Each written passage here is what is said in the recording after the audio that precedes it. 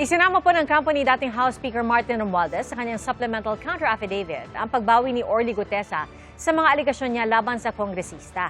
Sa kabila po ng pagbaliktad ni Gutesa, sinabi ng ombudsman na may 28 silang testigo na handang magbigay ng direktang kaalaman sa mga transaksyon. Saksi, si Joseph Moro. Sa kabila ng pagbawi ni ex-Marine Orly Gutesa sa testimonya niyang naghatid siya ng mali-maliatang pera kay dating House Speaker Martin Romualdez, ako'y lubos na nagsisisi.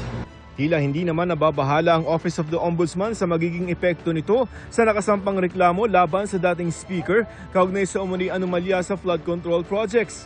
Anila hindi na bago ang pagrikano pagbaliktad ng mga testigo sa high-profile cases. Hindi raw umiikot ang investigasyon sa iisa o iilang witness. Ayon sa Ombudsman, may 28 testigo na handang magbigay ng direkta at material na kaalaman sa mga sinisiyasat na transaksyon. Nasa ilalim daw sila ng legal na proseso. Babala pa nila ang sino mang mga ngasumadlang o manggulo sa proceedings ng Ombudsman ay haharap sa buong bigat ng batas.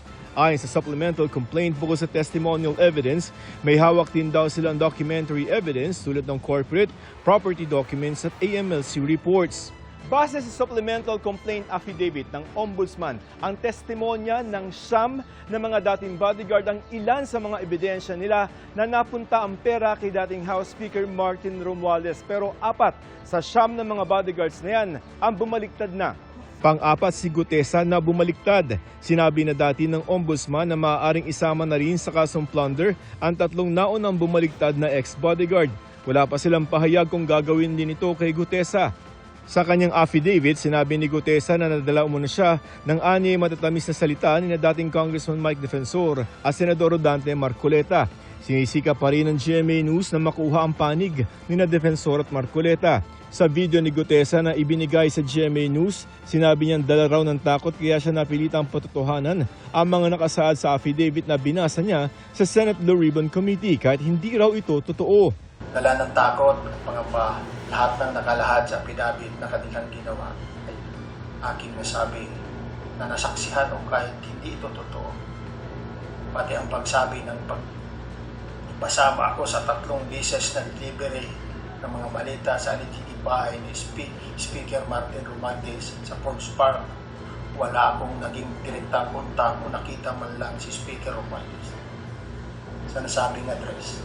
Kanina naghain na ng supplemental counter-affidavit si Romualdez sa Ombudsman.